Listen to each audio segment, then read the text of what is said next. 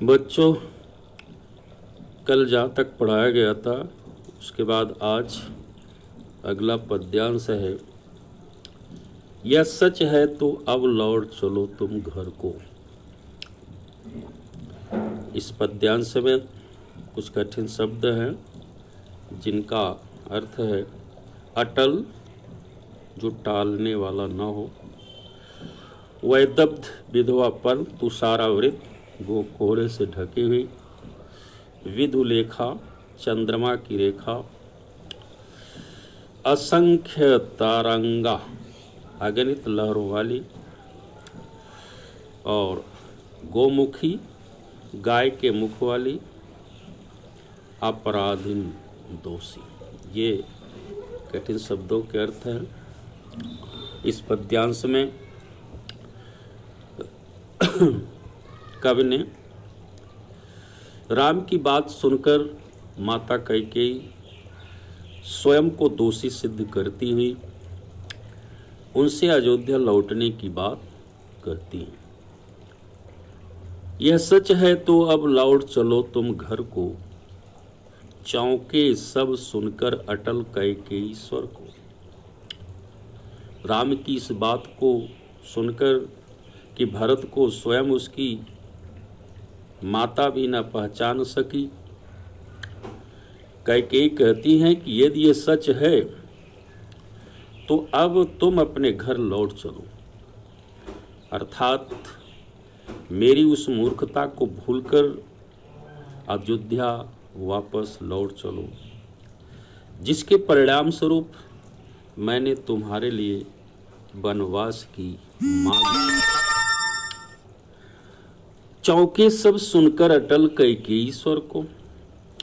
कैकेयी के मुख से इस दृढ़ स्वर में कही हुई बात को सुनकर के सब विस्मृत रह गए, आश्चर्यचकित हो गए और अचानक उनकी ओर देखने लगे। सबने रानी की ओर अचानक देखा, अर्थात माता कैकेयी की वाणी को सुनकर अचानक सब लोग जो हैं कैकेयी की तरफ देखने लगे। वैदब्ध तुषावृत यथा विधुलेखा, बैठी थी अचल तथापि असंग तरंगा। और स्थिर ऐसा प्रतीत उस समय विधवा रूप में श्वेत वस्त्र धारण करके वह ऐसी प्रतीत हो रही थी कि मानो कोहरे ने चांदनी को ढक लिया, अर्थात उस समय रानी कैकेयी, माता कैकेयी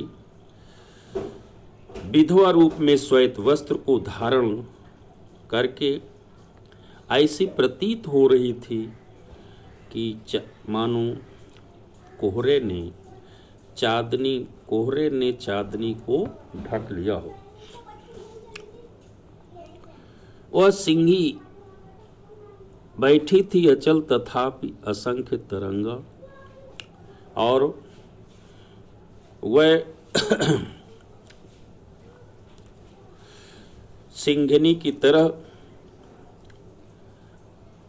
स्थिर बैठी होने के बावजूद उनके मन में विचारों की असंख्य तरंगे उठ रही थी।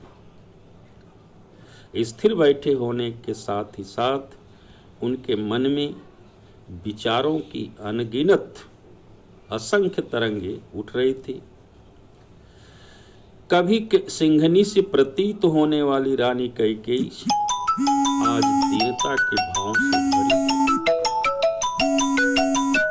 क्या करें?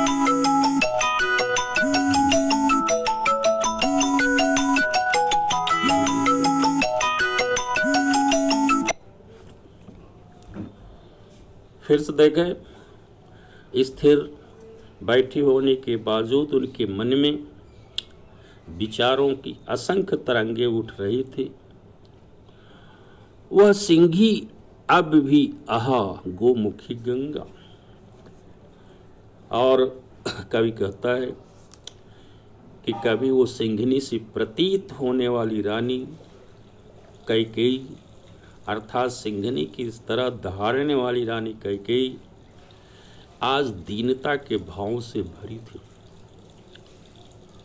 आज वह गंगा के सदृश शांत, शीतल और पावन थी। गोमुखी गंगा, अर्थात आज वह गंगा के समान शांत, शीतल और पावन थी। हाँ, जानकर भी मैंने न भरत को जाना।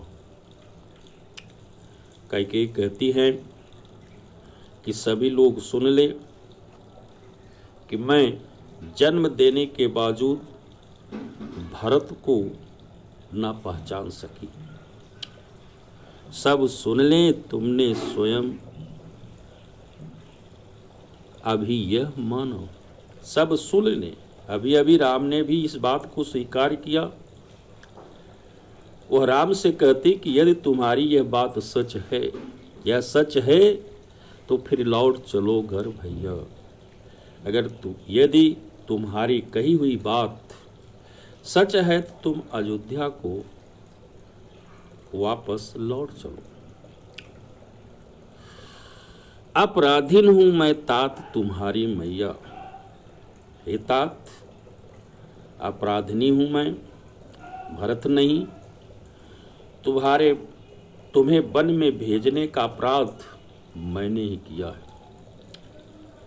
उसके लिए मुझे जो दंड चाहो दो, मैं उसे स्वीकार कर लूंगी, परंतु घर लौट चलो, अन्यथा लोग भरत को ही दोषी मानेंगे। मंजू,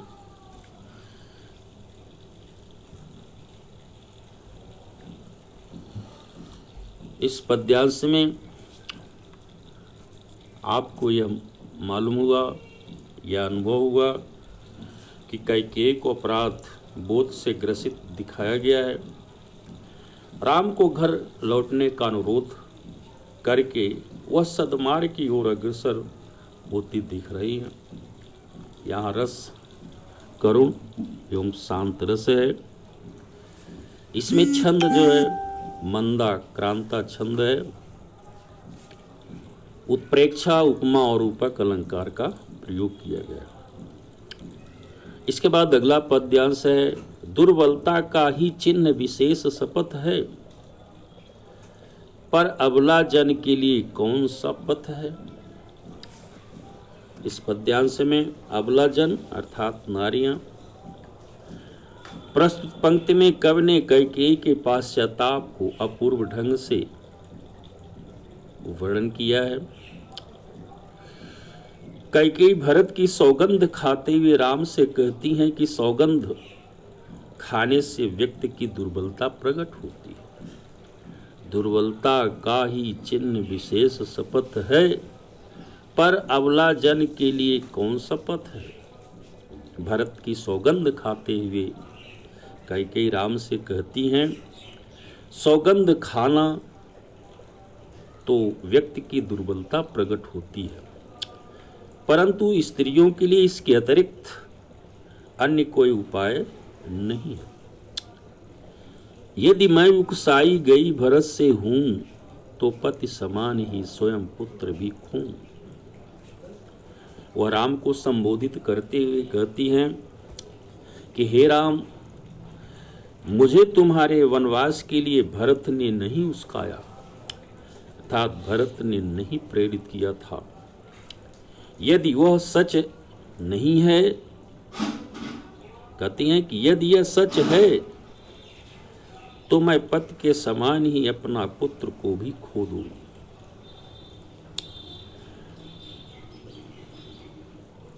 यदि यह बात सच है, अर्थात यदि मैं आपको वन भरत के ही द्वारा प्रेरित किए जाने पर आपको मैंने वनवास दिया, अगर यह बात सच पाई जाती है तो मैं पति के समान अपने पुत्र को भी खो दूंगा, खो बैठूंगी। ठहरो मत रोको मुझे, कहूं सो सुन लो। मुझे यह कहने से कोई न रोके, ठहरो, अर्थात इस बात को कहने से, व्यक्त करने से मुझे आज कोई न रोके। मैं जो कह रही हूं, पाओ यदि उसमें सार, उसे सब सुन लो। अर्थात मैं आज जो सबके सामने व्यक्त कर रही हूं, सभी लोग ध्यान से सुने। यदि मेरे कथनों में, अगर कही गई बातों में कोई यथार्थ बात हो तो उसे ग्रहण कर ले। पाओ यदि सार, उसे सब चुन ले। अर्थात मेरे द्वारा कही गई बातों में यदि कोई सार अर्थात कोई तत्व हो, वास्तविकता हो, तो उसे सभी लोग ग्रहण करें। और राई भर भी अनुताप न करने पाऊं, थी सनक्षत्र सस निशा ओस टपकाती।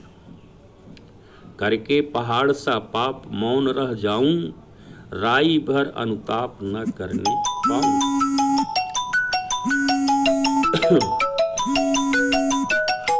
मैं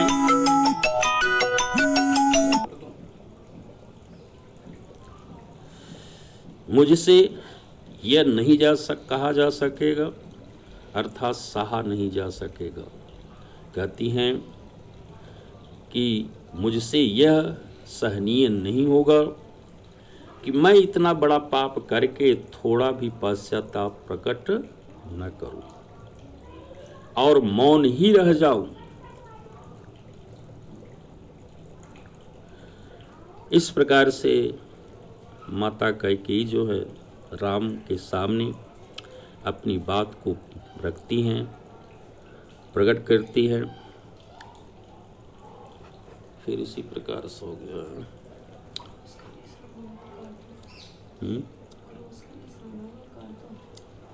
कहाँ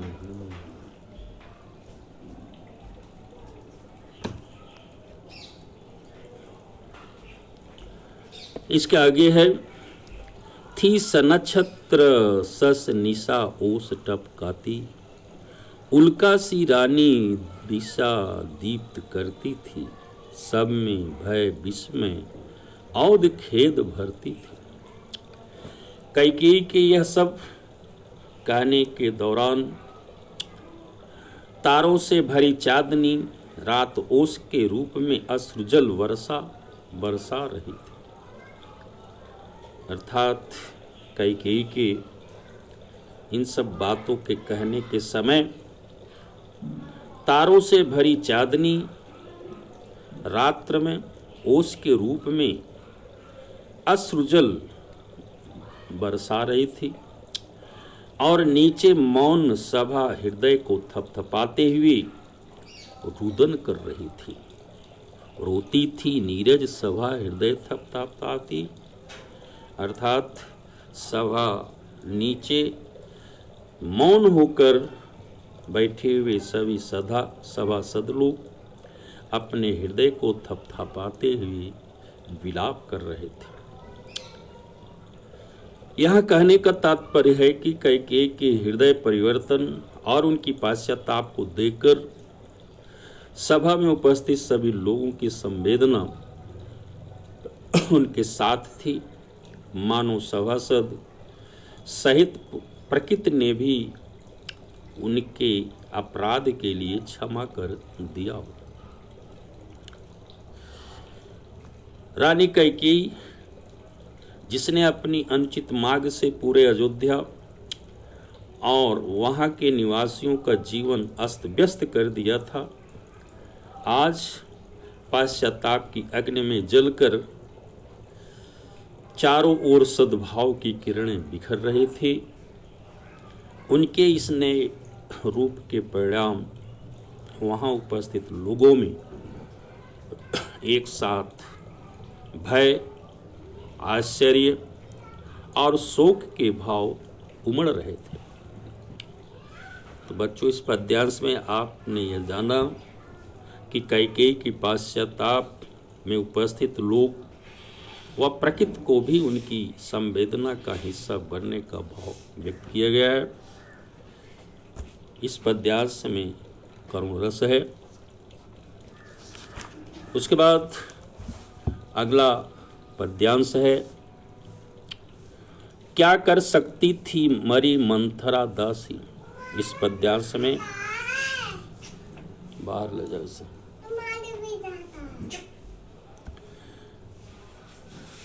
दासी का अर्थ है सेविका, पंजरगत शरीर के अंदर स्थित, अधीर, धैर्य न रखने वाला, वत्स, पुत्र, त्रैलोक, तीनों लोक, धरती, आकाश, पाताल, मातृपद, माता का पद। इस पद्यांश में कैकेयी राम को वनवास भेजने के लिए स्वयं को दोषी ठहराते हुए पश्चाताप कर रही हैं और कहती हैं कि क्या कर सकती थी मरी मंथरा दासी। कैकेयी मंथरा को निर्दोष बताते हुए कहती है कि मंथरा तो एक साधारण सी दासी है, ये वह भला मेरे मन को कैसे बदल सकती है। सच तो यह है कि स्वयं मेरा मन ही अविश्वासी हो गया था, मेरा ही मन रह न सका निज विश्वासी। अर्थात सच तो यह है कि स्वयं मेरा मन ही अविश्वासी हो गया था। जल पंजरगत अरे अधीर अभागे, ये ज्वलित भाव थे स्वयं तुझी में जागे। अपने मन को अधीर और अभागा मान कैकेयी अपने अंतर मन को कहती हैं कि मेरे शरीर में स्थित ये मन ईर्ष्या और द्वेष से परिपूर्ण, वह ज्वलंत भाव स्वयं तुझ में ही जागे थे। अर्थात ज्वलनशील जो भाव है, हे मन तुम में ही जागृत हुए थे।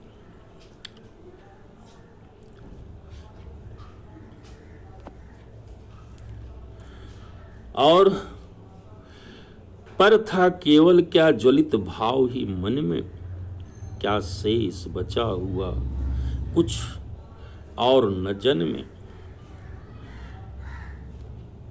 तत्पश्चात वो अगले ही क्षण सभा को संबोधित करते हुए प्रश्न पूछती हैं कि क्या तेरे मन में केवल आग जलने वाले भाव ही थे, क्या मुझ में और कुछ भी शेष न था, क्या शेष बचा कुछ न और जन्मे, क्या मुझ में और कुछ शेष भी न था, क्या तेरे मन के वात्सल्य भाव अर्थात पुत्र स्नेह का कुछ भी मूल्य नहीं है, कुछ मूल्य नहीं, वात्सल्य मात्र क्या तेरा। कहती हैं कि हे मन, तेरे अंदर वात्सल्य भाव अर्थात पुत्रवत जो स्नेह होता है उसका कोई मूल्य नहीं है, किंतु हाय आज स्वयं पुत्र ही मुझसे पराये की तरह व्यवहार करता है। पर आज अन्य सा हुआ वत्स भी मेरा, लेकिन आज इस बात से मुझे कष्ट है, आज स्वयं मेरा ही पुत्र जो है मुझसे दूर हो गया है, पराया हो गया है और आज वह पराया जैसा व्यवहार कर रहा है। पर आज अन्य आगे है, थूके मुझ पर त्रैलोक भले ही थूके, जो कोई जो कह सके कहे क्यों न चूके। अपने कर्मों पर पश्चाताप करते हुए माता कैकेयी आगे कहती है कि तीनों लोक अर्थात धरती, आकाश और पाताल मुझे क्यों न धिक्कारे, मुझ पर दोषारोपण करे, मेरे विरुद्ध जिसके मन में जो आए वह क्यों न कहे, जो कोई जो कह सके कहे क्यों न चूके। आज क्यों न धिक्कारे मेरे विरुद्ध जिसके मन में जो कुछ आए वह क्यों न कहे। किंतु हे राम तुमसे दीन स्वर में बस इतनी ही विनती करती हूँ। छीने न मात्र पद किंतु भरत का मुझसे,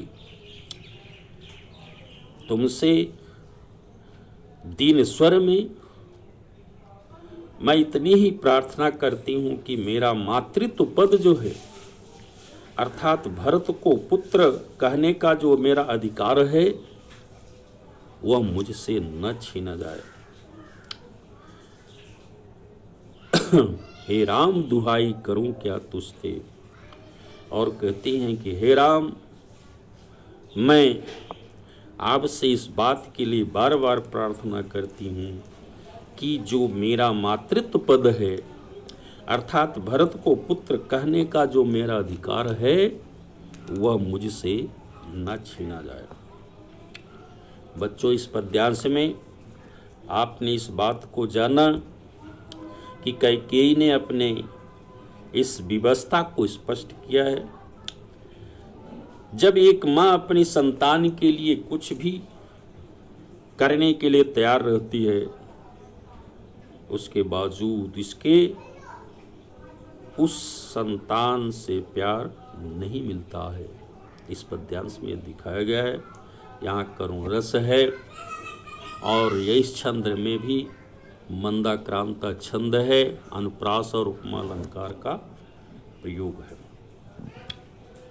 इसके बाद कुछ महत्वपूर्ण पद्यांश हैं जिनके आधार पर जो प्रश्न हैं वह इस प्रकार से हैं।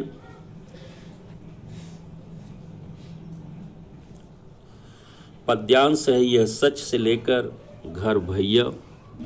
इस पद्यांश के आधार पर प्रश्न है पहला, प्रस्तुत पद्यांश में कैकेयी ने राम से क्या कहती हैं। दूसरा प्रश्न है कैकेयी की बात को सुनकर सभी आश्चर्यचकित क्यों हो गए। तीसरा प्रश्न है श्वेत वस्त्र धारण की हुई माता कैकेयी कैसी प्रतीत हो रही थी। और चौथा प्रश्न है उपरोक्त पद्यांश में कौन सा अलंकार है। उसके बाद अगला जो पद्यांश है दुर्बलता का भरती थी तक, इस पर जो प्रश्न है दुर्बलता का ही चिन्ह विशेष शपथ है। इस पंक्ति की व्याख्या कीजिए। और इसमें दूसरा प्रश्न है भरत की सौगंध खाते हुए माता कैकेयी राम से क्या कहती हैं। तीसरा प्रश्न है कैकेयी के पश्चाताप में उपस्थित लोगों के मन में कैसे भाव उमड़ रहे थे। चौथा प्रश्न है अपनी माता को सिद्ध करने हेतु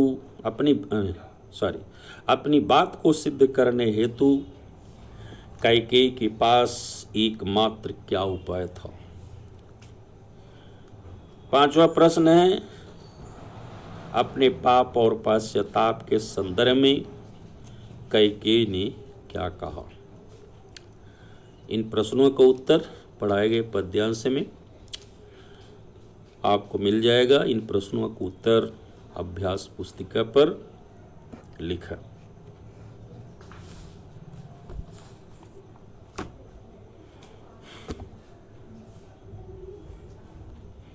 बंद गई से